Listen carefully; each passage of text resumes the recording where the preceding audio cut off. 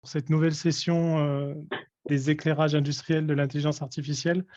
On continue notre exploration effectivement des usages de l'intelligence artificielle aujourd'hui avec Éric Godard de la société Coelis, qui va nous parler d'une utilisation dans l'imagerie médicale.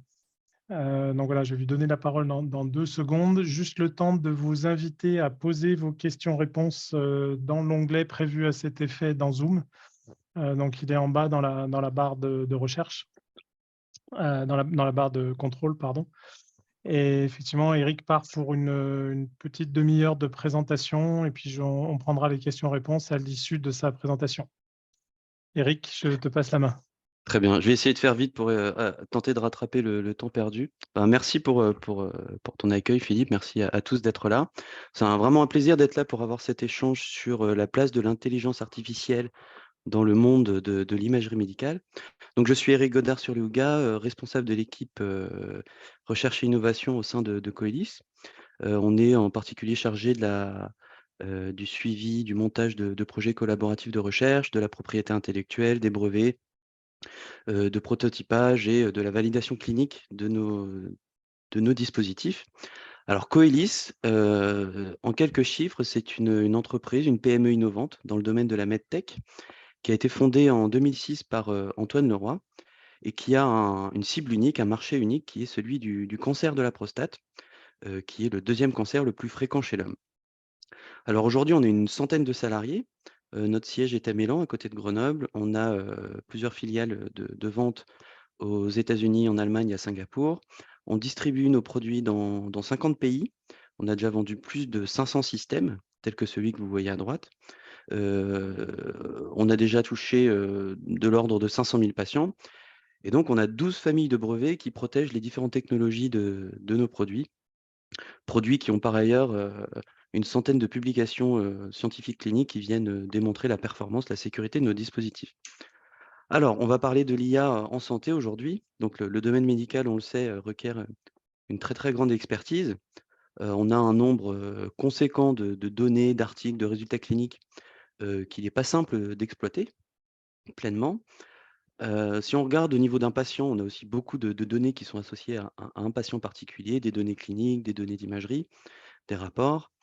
C'est pas simple pour un médecin d'analyser, de processer toutes ces données. En revanche, d'un autre côté, l'intelligence artificielle a cette capacité, même ce besoin d'ailleurs, d'exploiter, des quantités énormes de données et elle le fait, très rapidement.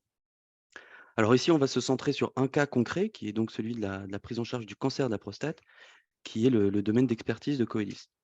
Alors, peut-être que tout le monde ne connaît pas le cancer de la prostate, ni même, la prostate. Donc la prostate, c'est une glande de l'appareil reproducteur, masculin qui produit une partie du liquide séminal. Donc la prostate, j'espère que vous voyez ma souris, elle est située ici entre, le rectum et la vessie et c'est donc une glande qui est le siège du cancer de la prostate. Alors le cancer de la prostate, ça touche, c'est responsable de 8 à 9 000 décès par an en France. Alors ça représente, un peu plus de 1 des décès totaux, total de la France par année. Donc c'est assez conséquent pour une seule maladie d'un seul organe, d'un seul sexe, les hommes. On a quelques symptômes urinaires, des douleurs pelviennes, mais principalement, la plupart du temps, on n'a pas de symptômes visibles, ce qui est embêtant puisque, on n'a pas de symptômes liés au cancer de la prostate. Par contre, on a un risque de métastase, en particulier, au niveau des os. Alors comme on a, la plupart du temps pas de symptômes, comment on fait? Bah, voici comment on fait, historiquement, voici le cheminement classique, d'un patient, avec une suspicion de cancer de la prostate. Alors ça c'est le cheminement jusqu'en 2010, mais c'est encore le cheminement qui est majoritaire aujourd'hui. Sur la base de quelques indications cliniques, notamment par exemple le taux de PSA. Le PSA, c'est un antigène spécifique à la prostate, présent dans le sang et qui peut indiquer, quelque chose d'anormal, dans la prostate. Pas forcément un cancer, mais quelque chose d'anormal. Donc bon, entre autres paramètres cliniques, on peut déterminer qu'il y a un risque de cancer de la prostate chez un patient et si c'est le cas, on va faire un diagnostic, qui est, aujourd'hui principalement basé, sur des biopsies. Donc des biopsies, on va mettre une aiguille dans la prostate, on va faire un prélèvement et on va regarder sur ce prélèvement si on voit au microscope, un cancer ou pas. Alors classiquement, quand on fait une biopsie, on a juste un échographe avec une échographie, 2D, qui nous permet de positionner, grossièrement une aiguille, enfin 6 aiguilles à gauche et à droite de la prostate, enfin 1 aiguille mais 12 fois.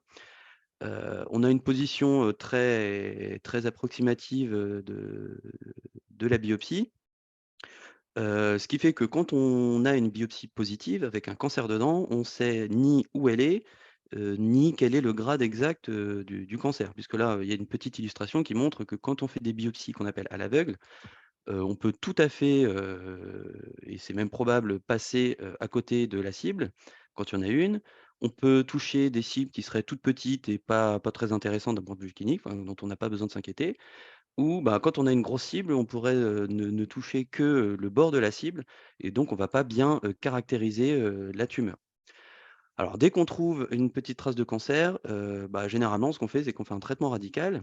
C'est-à-dire qu'on va retirer la prostate, c'est une prostatectomie et vous imaginez bien que quand on retire la prostate, voilà, là, il y a l'urètre qui passe à travers la prostate, on a les canaux éjaculateurs ici. Bon, en gros, en résumé, dans un cas sur 2, on a des problèmes, sur le long terme, sur des fonctions, sexuelles et urinaires. Donc on est en train de changer tout ça. Depuis 2010, il y a des petites révolutions qui sont arrivées dans le monde de la biopsie prostatique, en particulier, l'IRM. Donc aujourd'hui, quand il y a une suspicion de cancer de la prostate, on va commencer, en tout cas c'est ce qui est recommandé depuis 2 ans seulement. Il est recommandé maintenant de faire, une IRM et cette IRM va déjà permettre d'écarter, les patients, qui avaient par exemple un haut taux de PSA, mais qui n'avaient pas de cancer. Et quand il y a un cancer, on va être capable de le localiser sur une imagerie IRM, donc une imagerie médicale, tridimensionnelle. Toute la question, c'est une fois qu'on sait en gros où sont les cibles suspectes, ben, on doit quand même être capable de mettre une biopsie dedans pour pouvoir confirmer ou infirmer, la présence de cancer. Donc si on utilise encore les méthodes, historiques pour essayer de mettre une biopsie dans la cible, bon, ben, on a encore de fortes chances de rater la cible, donc c'est toujours pas satisfaisant. Coelis est arrivé avec une solution, qui permet de connaître exactement la position des prélèvements qu'on effectue, dans la prostate et on fait ça avec de la, fusion d'images. Donc ce qu'on fait, c'est qu'on est capable de, fusionner des images, IRM qu'on a en amont d'une séance de biopsie avec des images tridimensionnelles échographiques qu'on peut acquérir via des sondes 3D, pendant l'intervention. Et en fait, à chaque fois qu'on va, déplacer la sonde, déplacer les instruments ou insérer une aiguille, on va faire une acquisition 3D, on va fusionner, on va faire différentes fusions d'images, on va se retrouver à fusionner ces images avec les IRM et notamment, ce qui va nous permettre notamment de connaître la position des instruments relativement à la cible. Et donc à la fin de la session, l'urologue et le patient se retrouvent avec cette cartographie qui va montrer la position de tous les prélèvements effectués, qui sont identifiés par des numéros et une fois qu'on aura les résultats anatomopathologiques, donc une fois qu'on aura analysé chacune des carottes biopsiques, on sera capable de dire que, bah, en effet, par exemple, il y avait bien un cancer, dans la cible, suspectée par IRM. Une fois qu'on est capable de bien caractériser le cancer, donc aussi bien en grade qu'en position, on est capable d'utiliser la même technologie pour venir placer une aiguille de traitement ciblée, qui va permettre d'atténuer, largement le cancer, tout en préservant, la qualité de vie du patient. Alors là, il y a une petite vidéo pour illustrer un peu tout ça. Je vais la passer rapidement parce qu'on n'a plus beaucoup de temps. Donc voilà, ça c'est Trinity, c'est donc le système principal développé et commercialisé par Coelis. C'est un échographe avec une famille de sondes, des sondes 2D, des sondes 3D, un ordinateur derrière qui inclut tous les logiciels, toutes les technologies de fusion d'images de Coelis. On a toute une famille d'accessoires qui permettent de maintenir la sonde, de guider les aiguilles relativement à la sonde. Donc là, hop, attention monsieur, on insère la sonde dans le rectum et ça nous permet d'avoir une vue, de la prostate, en temps réel. Alors, oups, j'ai passé, on va revenir, tac. Donc en gros, voilà, c'est ce que je disais, à chaque fois qu'on bouge la sonde, on va acquérir, une image échographique, on va faire toute une série de fusions. Alors on a raté la petite partie, mais, heu, un des points importants, c'est qu'on est obligé de faire, voilà, une segmentation de l'IRM, une segmentation de l'échographie, ça prend un peu de temps. On reviendra dessus, tout à l'heure. Donc voilà, là à la fin une petite illustration avec toutes ces mêmes technologies, une fois qu'on a bien caractérisé la cible, eh bien on arrive avec heu, voilà, là, on fait une petite acquisition 3D pour positionner la sonde. On sait exactement où on va pouvoir insérer l'aiguille, on insère les aiguilles de traitement et on réalise notre traitement ciblé. Alors, tout ça, ça marche très bien, mais on peut se poser la question, comment aller plus loin? Quel est l'avenir de la biopsie ciblée? Eh ben, on peut toujours améliorer, la performance du dispositif, hein. Il y a toujours de l'amélioration possible. Notamment, on peut automatiser certaines parties, clés de la procédure, qui prennent, un certain temps, notamment, bah, la segmentation, de la prostate, hein, ça prend du temps, on doit la faire sur IRM, sur échographie, on doit segmenter la cible, on doit la caractériser, savoir si, c'est une cible à haut risque ou pas. On doit gérer des fusions, de la navigation. Tout ça prend du temps, et on pourrait, améliorer encore les choses sur ces aspects-là. L'intérêt, ce serait notamment, en plus d'avoir des performances améliorées, ce serait de pouvoir démocratiser la technologie à l'ensemble des urologues, y compris les urologues de ville. Je parle des urologues de ville parce qu'ils vont avoir des contraintes en termes de technicité, de temps, de coûts, qui vont être différentes de celles des centres universitaires. Aujourd'hui, majoritairement, on utilise encore, la procédure, classique. Cette procédure, plus moderne, représente peut-être que 5 à 10 de tous les urologues et donc des patients. Alors, la question d'aujourd'hui, c'est: est-ce que l'IA pourrait être une solution pour améliorer encore, les performances de la biopsie ciblée? Heu, pour répondre à cette question, je me repose ici sur une revue systématique de la littérature qui a été effectuée par un centre américain de Stanford et qui regarde dans les étapes de la biopsie, de prostate, notamment celle guidée par l'image, quelles étapes on pourrait automatiser avec de l'intelligence artificielle. Alors notamment avec un focus sur, la détection du cancer sur les images, radiologiques, la détection du cancer sur les images histopathologiques, donc celles qu'on a quand on regarde au microscope, les prélèvements prostatiques. Et également, est-ce que l'IA pourrait pas nous aider sur certaines tâches telles que, l'identification, du cancer sur les images, la segmentation, de la prostate, des cibles, sur les IRM, sur les échographies, sur les images anatomopathologiques? Alors, un premier aspect, c'est donc la détection du cancer, de la prostate sur les IRM. Alors l'étude montre qu'il y a différentes manières d'identifier le cancer. On peut, tout d'abord caractériser une lésion qui aurait été segmentée par le radiologue. Par exemple, il peut faire un petit dessin pour dire: «Là, je trouve qu'il y a quelque chose de suspect». Là, l'IA va dire: «Bah, en effet, il y a un risque élevé de cancer, ou pas». On peut aussi avoir des modèles qui vont carrément, détecter automatiquement, la cible. Donc ils vont faire des cartes de probabilité, des heat maps qui va permettre de dire: «Bah, attention, il y a sans doute un cancer ici» et ben, si on allie les 2 modèles, on pourrait me dire: «Attention, il y a un risque ici et je pense que c'est, tel grade».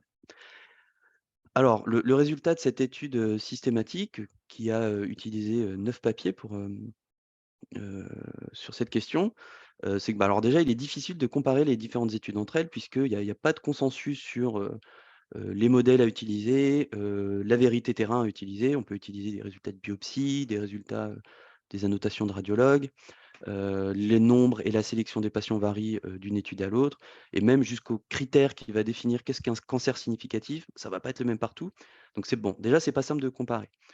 Ce qu'on peut noter, c'est que, la majorité des études sont, monocentriques, c'est-à-dire que l'apprentissage du modèle va se faire sur, des données, avec certaines caractéristiques, qui va pas nécessairement bien s'appliquer sur des données qui n'auront pas les mêmes caractéristiques que dans la base d'apprentissage.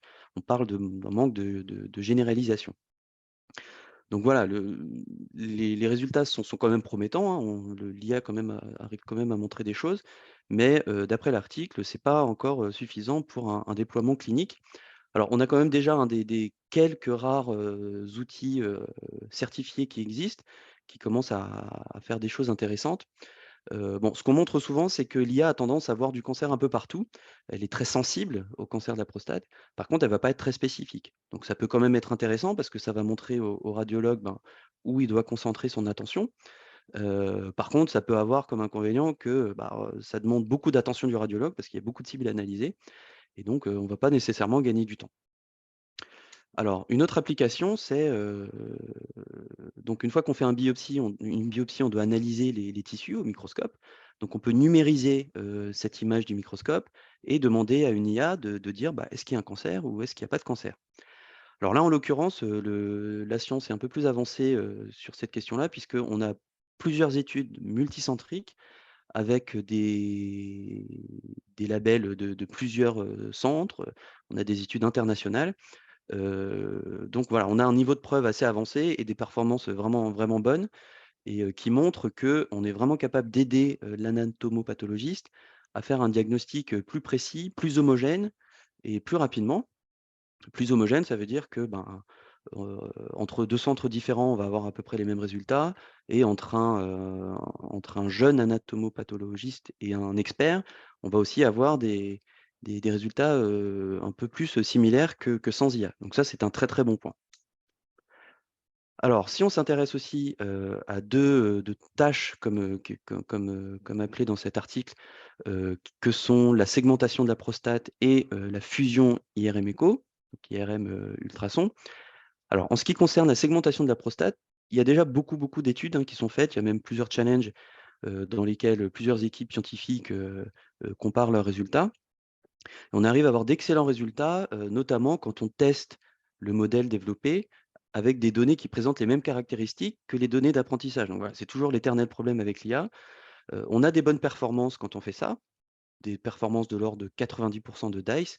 Le DICE, c'est une mesure de la correspondance entre 2 segmentations. Donc voilà, on a de l'ordre de 90 quand on teste sur des données similaires. Par contre, quand on essaye sur des données qui viennent d'un autre centre ou qui ont des caractéristiques différentes, sur des machines différentes, bon là, ça retombe à 80. Alors, c'est pas spécialement complètement mauvais, hein, 80, c'est déjà très intéressant. Pour se donner un ordre d'idée de l'objectif qu'on aimerait atteindre, aujourd'hui, on peut mesurer une correspondance de 85, de DICE de 85 entre 2 urologues qui feraient le contour de la même prostate. Donc si on arrive à un DICE de 85 entre une IA et un urologue, alors notamment un expert, bon, on est quand même content. Donc c'est quand même très, très prometteur. D'un autre côté, en ce qui concerne le recalage entre, une image, IRM, une image échographique, alors là, il y a différentes approches, hein, qui sont mentionnées dans la revue. On pourrait, bah, faire, des segmentations automatiques sur l'IRM et sur l'échographie et utiliser, ces segmentations pour faire la fusion. On peut aussi faire des fusions vraiment basées, voxel, directement dans le modèle d'IA. On peut aussi combiner les 2, avoir 2 modèles qui apprennent conjointement et qui s'aident l'un et l'autre. Bon, au final, les meilleurs résultats obtenus, à ce jour sont de l'ordre de 3 millimètres de TRE. Le TRE, c'est le Target Registration Error, qui mesure, la précision de l'approche de fusion. 3 millimètres, c'est bien, c'est déjà pas mal. Heu, Aujourd'hui, dans les produits de Coelis, on a une fusion IRM écho avec une précision de l'ordre de 1,5 millimètre. Alors 3 millimètres, c'est pas très loin, mais c'est quand même significatif, hein, 1,5 millimètre. 1,5 millimètre d'erreur en plus qui s'ajoute à différentes erreurs qu'on peut avoir dans tout le process. Bah, c'est ce qui peut permettre de perdre l'intérêt d'avoir tout ce système de fusion, parce qu'avec un 1,5 millimètre en plus, on peut se retrouver plus souvent, à ne pas être dans la cible qu'on ciblait. Donc c'est quand même important, donc voilà, on n'est pas encore prêt, mais on est quand même pas très, très loin. Alors, tout ça, c'est, l'état de l'art, aujourd'hui, de l'IA dans le cancer de la prostate. Coelis travaille avec plusieurs partenaires, sur ces questions-là, notamment au travers du projet, PSPC Diana, soutenu, financièrement par BPI, également avec le soutien de 3 pôles de compétitivité dont, Minalogic.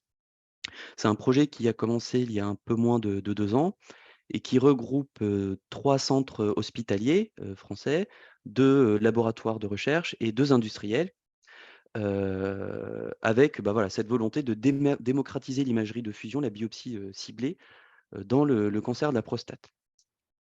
Alors on a déjà, certains résultats qui sont sortis de ce projet collaboratif, notamment, dans le laboratoire du TIMC à Grenoble. À gauche, on a un premier exemple de ce qu'on a pu faire, dans la segmentation automatique de la prostate sur échographie. Heu, Classiquement, on a un volume 3D échographique, on a un contour 3D. On va mettre tout ça dans le modèle, on va demander, au modèle de fonctionner en 3D, pour nous sortir un contour, 3D. Là, l'approche qui a été, choisie par Clément et Jocelyne, c'est, plutôt que de prendre l'image 3D, c'est de prendre des coupes 2D, dans les 3 directions de l'espace. Donc on va avoir 3 modèles, on appelle chaque modèle un expert, qui va avoir un point de vue différent sur la prostate et sur la manière de contourer. Sachant que, certains de ces experts, donc certains des modèles avec un point de vue différent, vont être plus performants dans certaines zones de la prostate que d'autres. Et donc après on a un petit modèle, on a différentes solutions qui ont été testées pour fusionner les résultats des différents experts et qui permettent au final, d'améliorer les résultats. Donc là, quand on voit le modèle multi-expert à un DICE, c'est une correspondance entre les segmentations de 93, alors qu'avec le modèle, 3D, plutôt classique, on avait une performance un peu inférieure. Donc ça s'explique, pas mal par le fait que, dans le cas particulier de la prostate, il n'est pas toujours simple de bien voir le contour de la prostate, hein, même pour l'urologue. D'ailleurs, l'urologue lui-même doit, regarder, l'image selon différents points de vue pour réussir à faire un contour, correct et c'est ce qu'on reproduit ici avec cette approche.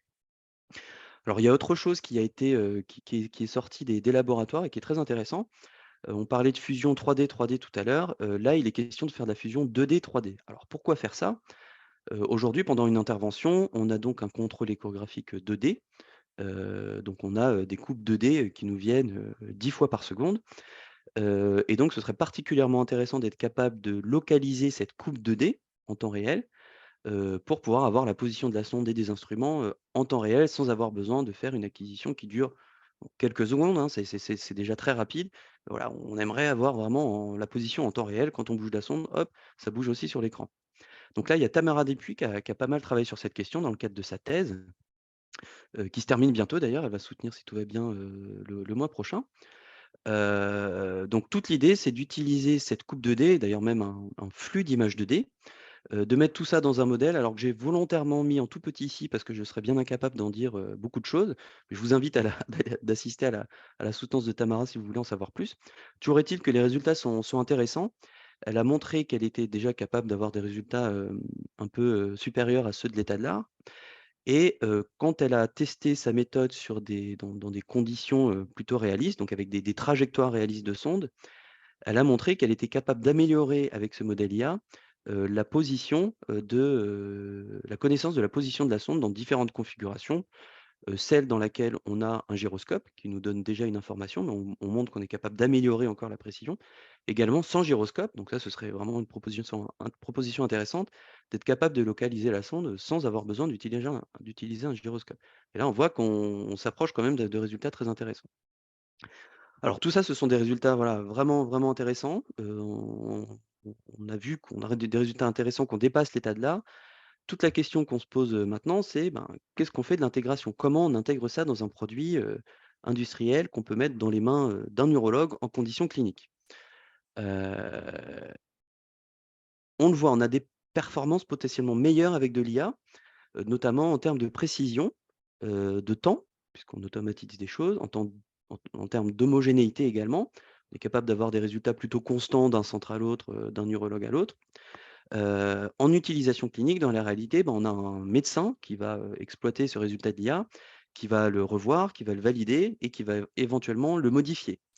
Donc il y a plusieurs questions qu'on peut se poser, heu, que l'IA présente un bon ou un mauvais résultat au médecin, l'utilisateur, il pourra toujours modifier à tort ou à raison, cette proposition.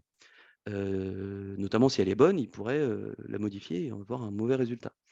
Si, le résultat est mauvais, fourni par l'IA, l'urologue pourrait ne pas le voir et valider un résultat erroné. Donc ça pourrait être un problème. En termes de temps, on le je le mentionnais tout à l'heure, il n'est pas clair que l'urologue va toujours gagner du temps si on lui présente une solution, initiale fournie par l'IA.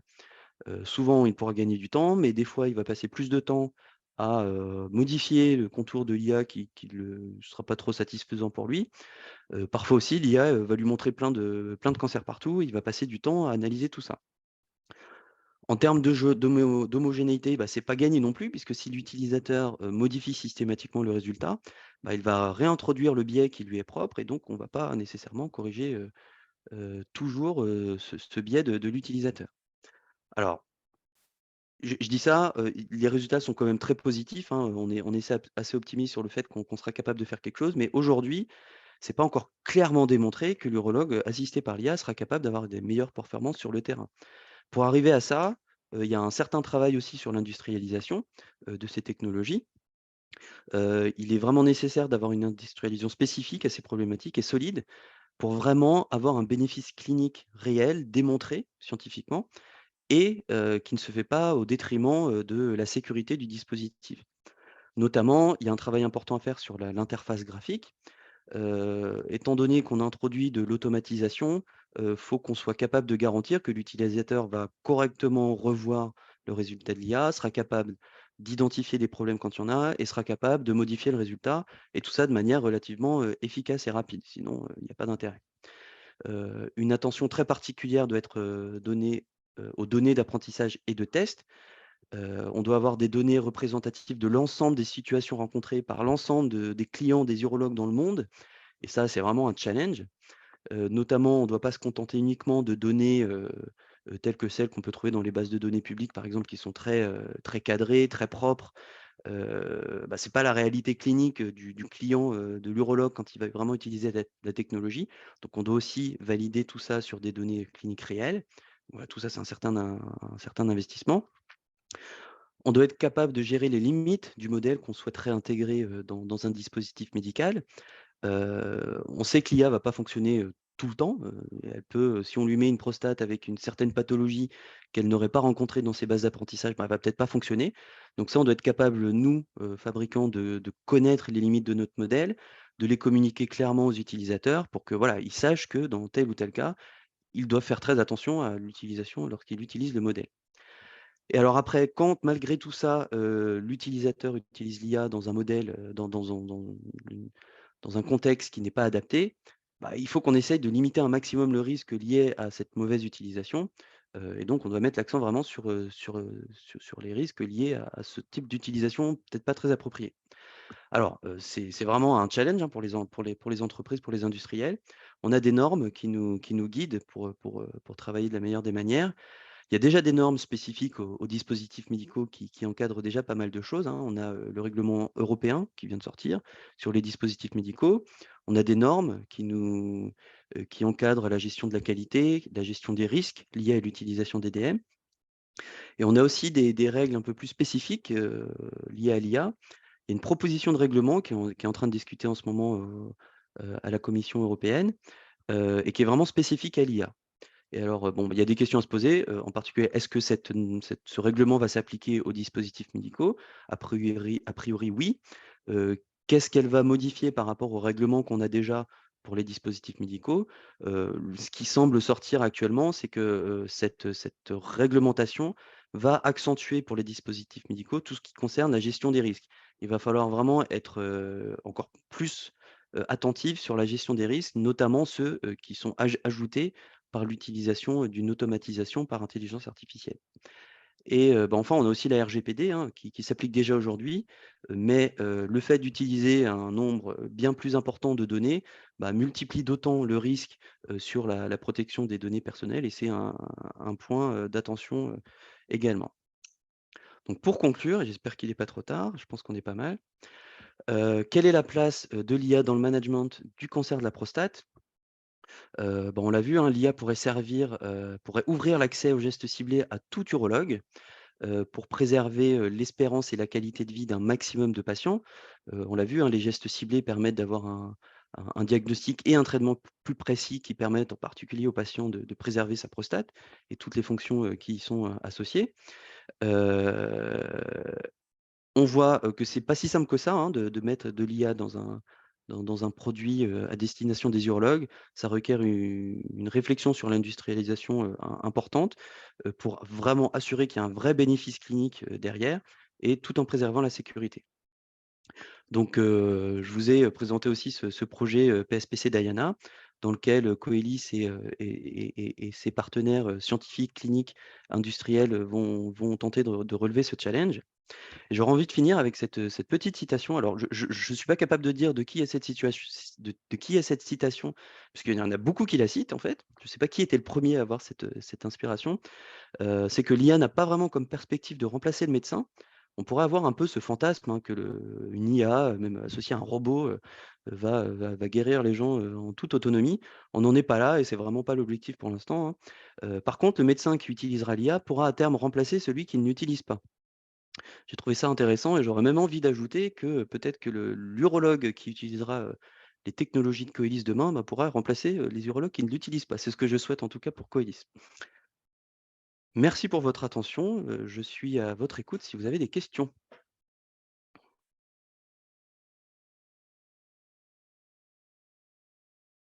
Alors je ne t'entends pas Philippe.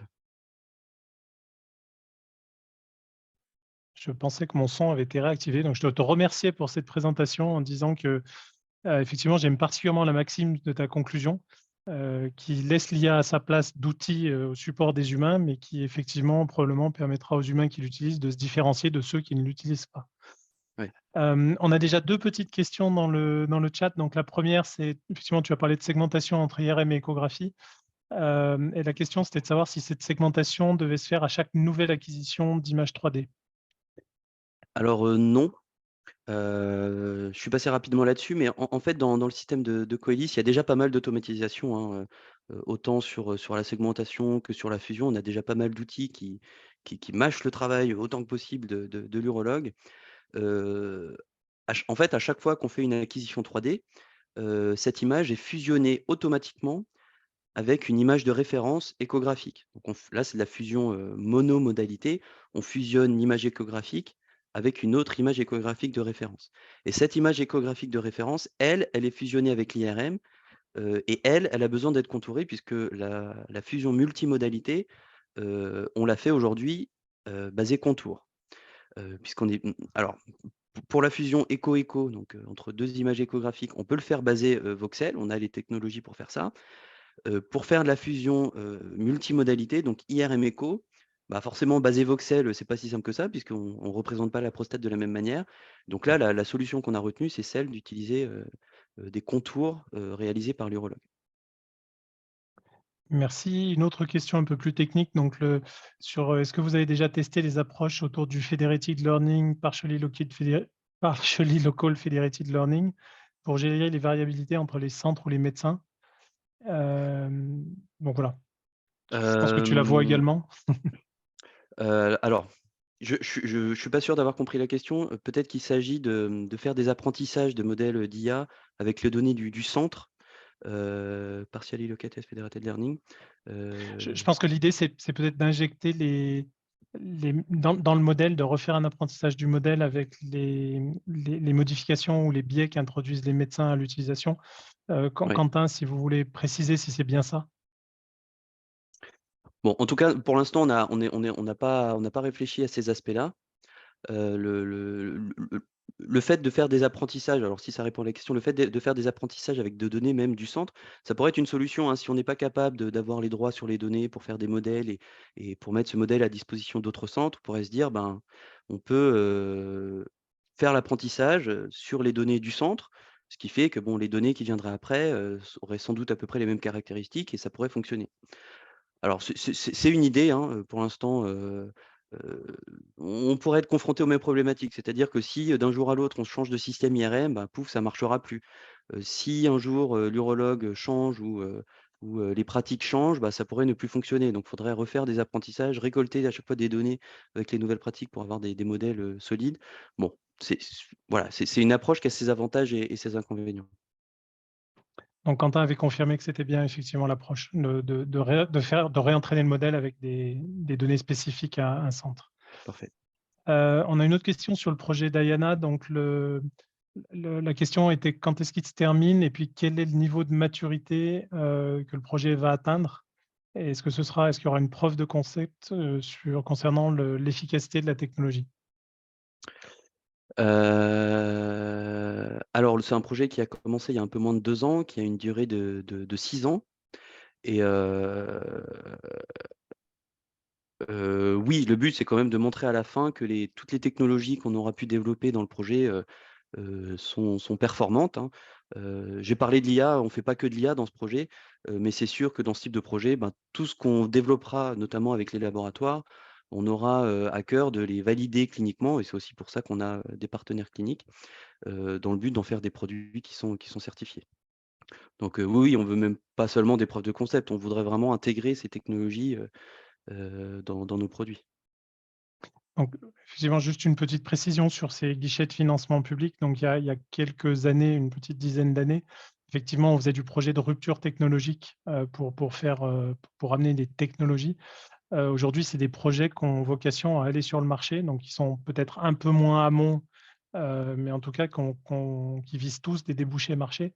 Et aujourd'hui, les financeurs publics ne financent plus des projets qui ne montrent pas une volonté d'aller au marché. Les projets qui vont pas au marché, c'est plus des projets, de recherche, amont, académique de type, ANR. Je ferme la parenthèse et je passe à la question d'après. Donc le cancer en histopathologie semble être bien segmenté globalement, mais pas au niveau de la classification du grade. Donc il y a un transparent qui était modèle versus annotation, je pense. Est-ce que malgré tout, la solution atteint un bon résultat? Alors, là, cette image, c'est particulier puisque, là, vous voyez ou pas, mais là, c'est une prostate complète. Donc il est allé chercher sur cette prostate complète, la position et le grade du cancer. Dans la réalité, en fait, on prend que des petits bouts de prostate, hein, qu'on a prélevés avec une carotte, avec une biopsie. Donc c'est une zone plus petite. Heu, bon, globalement, les résultats sont positifs, hein, quand on regarde les papiers, aussi bien sur la localisation que sur le grade. On a vraiment des choses qui correspondent à ce que l'anatomopathologiste, aurait trouvé, hein. Heu, alors c'est peut-être pas le cas sur cette illustration, mais de manière générale, c'est le cas. L'IA est performante pour le grade, pour déterminer le grade. Merci. En attendant d'autres questions dans l'interface, moi j'avais une question. Tu as beaucoup insisté effectivement sur le fait qu'un médecin pouvait modifier les résultats que l'IA lui proposait. Et en fait, ça m'inspire 2 remarques, enfin 3 remarques en fait. La première chose, c'est que du coup, on va se ramener à une erreur humaine ou pas d'ailleurs, hein, ça et donc l'IA, même si elle est numérique, elle peut aussi se tromper, comme pourrait le faire un médecin. La deuxième remarque, c'est que, si le médecin fait cette modification, c'est qu'il n'a pas complètement confiance dans l'IA et je mets des guillemets autour de confiance, hein, peut-être qu'il voit des choses que l'IA n'a pas vues et du coup, j'en arrive à ma dernière remarque qui est, heu, la particularité des IA, c'est qu'elles ne sont pas explicables, c'est-à-dire qu'elles donnent des bons résultats, mais on sait pas forcément pourquoi. Et donc, est-ce qu'il y a des sujets dans ce type de projet d'acceptabilité et d'explicabilité de l'IA? Acceptabilité de la solution par les patients par les médecins, pardon, et puis surtout d'explicabilité de l'IA? Alors, oui, oui, oui, il y a des choses qui se passent en ce moment, hein, pour d'essayer de comprendre un maximum, comment fonctionne, l'IA, comment elle a pris sa décision. On essaye de fouiner un petit peu dans les couches du réseau de neurones pour essayer de comprendre, qu'est-ce qui l'a amené à prendre telle ou telle décision. Il y a notamment les techniques, qui utilisent le GradCam, qui permettent de voir Mmh. un peu d'essayer de comprendre un peu ce qui s'est passé. C'est un point d'attention, hein, évidemment, d'essayer d'expliquer, de trouver des nouveaux moyens, heu, d'expliquer un maximum comment, l'IA a fonctionné. Donc on s'y intéresse évidemment. Après sur la question du fait que le médecin a une confiance, relative en l'IA. Bon, moi je trouve que c'est bien, hein, qu'au moins au début l'urologue, ne fasse pas une pleine confiance, à l'algorithme, hein, notamment les premiers produits qui sortiront incluant de l'IA, Heu, on n'aura pas un recul nécessaire pour dire: «Non, c'est bon, l'IA, on valide et on passe à autre chose». Après, à terme, j'espère qu'on arrivera à un point où le médecin aura, relativement, confiance et ira vraiment plus vite, hein. Si, dans 5 ans, on est capable de montrer que dans 100 des cas, l'IA a fourni quelque chose de bien et que l'urologue était satisfait du résultat, bon, bah, là, voilà, on pourra peut-être retirer un jour ces validations médecins, mais on n'en est pas du tout là, pour l'instant. Et malgré tout, en étant un peu provocateur, les chiffres que tu montes, semblent meilleurs que ce qu'un urologue, les taux de diagnostic auxquels arrivent les urologues. Et en fait, on s'attend à un système digital, c'est ce qui fasse 0 erreur, même s'il est meilleur que l'humain quelque part, parfois. Ouais. Alors, si tu fais, par exemple, peut-être référence à ce chiffre-là, Oui, non? c'est ça. Oui, Ouais. c'est ça, voilà. Mmh. Alors là, c'est assez compliqué puisqu'on n'a pas vraiment de vérité, terrain absolue parfaite. notamment en ce qui concerne le contour de la prostate. 2 médecins peuvent avoir un DICE de seulement 85, mais il n'y en a pas un qui est meilleur que l'autre. Puisque des fois sur l'échographie, on n'est pas vraiment capable de dire, où est le bord de la prostate. Donc, voilà, et Ouais, les il y DICE a pas qu'on de a de vérité absolue, en fait, ouais. voilà, les DICE Mmh. supérieurs de 90 qu'on arrive à obtenir, c'est vraiment dans des données qui sont, très homogènes, très cadrées, et sur des données réelles, je pense pas qu'on puisse atteindre des DICE, de cet ordre-là. Et Heu, Jocelyne faisait une remarque dans le chat là, pertinente, qui disait que les modèles, les données d'apprentissage, elles incluent déjà de l'erreur humaine. On dit ça poliment sous forme de variabilité, donc merci pour la précision, Jocelyne. oui, tout à Hem, fait. une autre question dans le chat, une suggestion de d'investiguer des solutions d'active learning. Donc ce que je comprends, c'est que c'est effectivement un réapprentissage du modèle, en permanence. Et du coup, la question, c'est comment s'assurer dans une telle démarche, la qualité du système, alors que l'IA, le moteur d'IA, en fait, par essence, il réapprend en permanence, donc il est jamais fixe. Oui. Alors là, c'est pareil, on n'en est pas encore là, hein, de faire de l'active learning. Il y aura déjà cette première étape qui consiste à avoir des modèles, validés, sur des bases de tests, dont on maîtrise un peu les limites. Heu Et à chaque fois qu'on voudra refaire un apprentissage avec des nouvelles données, on pourra le faire, hein, mais il faudra repasser par une case, Coelis ou industrie, dans laquelle on va revérifier sur une base de tests, représentative de tous les cas, qu'on peut trouver, vérifier qu'on a, au moins d'aussi bonnes performances. On n'en est pas encore à apprendre automatiquement avec les données du centre, que personne aurait, vérifié, en amont. Pour l'instant, je ne sais même pas si un jour on en arrivera là. Pour des dispositifs médicaux, il est quand même important de toujours vérifier que les algos qu'on a ont été testés dans des conditions, dans de bonnes conditions. La seule expérience, ce à quoi ça me fait penser l'active learning, la seule que je connaisse, c'est, ce qu'avait fait Microsoft sur les réseaux sociaux. Donc où effectivement, ils entraînaient un chatbot sur le contenu, donc qui se comportait à peu près de manière, approprié au tout début, et à force de ses interactions avec les réseaux sociaux, il a viré complètement, nazi, misogyne, et cetera. Il voulait éradiquer tout le monde de la planète. Donc, le côté active learning était non contrôlé, hein, puisqu'il était non contrôlé, avait Mmh. pas montré des succès, fulgurants. Typiquement, là, Hem, on nous demande de vraiment réduire un maximum, les risques, hein, mmh mh. ajouter de l'active learning, ça va pas dans le sens de réduire les risques. C'est Une autre question dans le chat, donc est-ce que d'autres indications pourraient bénéficier de cette technologie? Je pense que c'est effectivement, est-ce qu'on pourrait générer ces technologies-là à d'autres, usages que le cancer de la prostate? Alors oui, le cancer bien évidemment, il y a plein d'autres pathologies pour lesquelles, l'IA, peut être utilisée, notamment dans le cancer du sein. Il y a déjà pas mal de choses qui sont faites pour le cancer du sein. Heu, donc oui, oui, bien sûr, hein, tout ce qui est segmentation, ça peut s'appliquer à différents organes.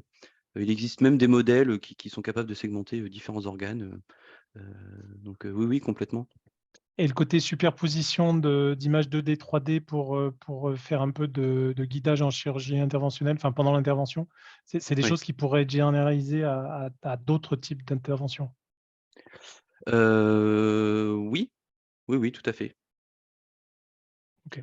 Il y a déjà des résultats historiques, qui montrent sur d'autres applications, qui sont capables de faire des choses, donc en essayant de localiser des coupes 2D, à partir d'une sonde 2D. Très bien. Est-ce qu'il y a d'autres questions en ligne? Je n'en vois pas dans l'interface.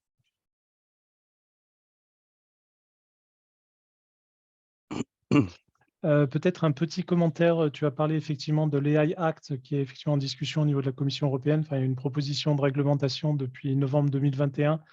On Oui, pense qu'elle va être adoptée prochainement parce qu'il y a très peu de modifications, de nouvelles modifications.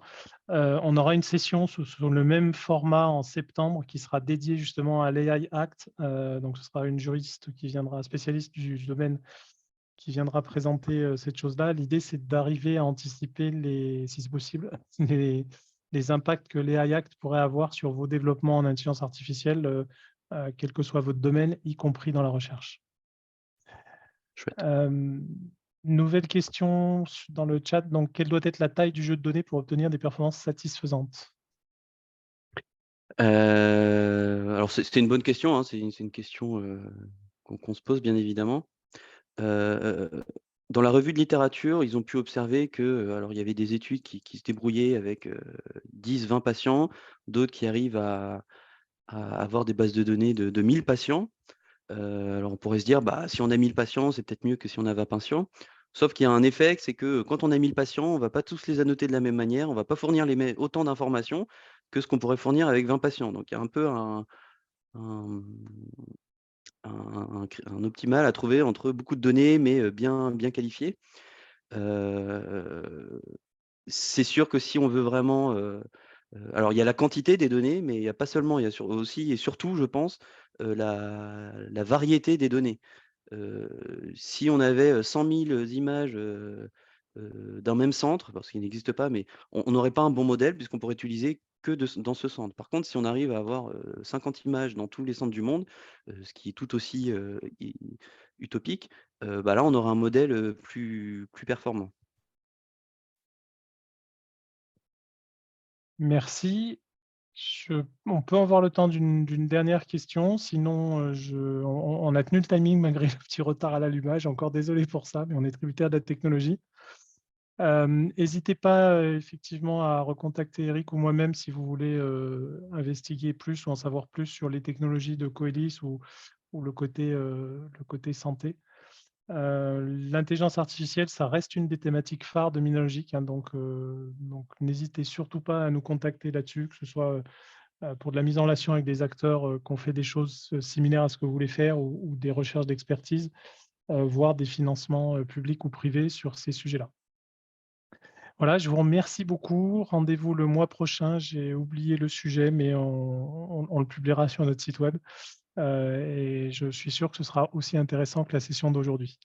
Merci beaucoup Eric pour ta participation et bon week-end à tous. Merci Philippe, merci à tous. Bonne journée. Au revoir.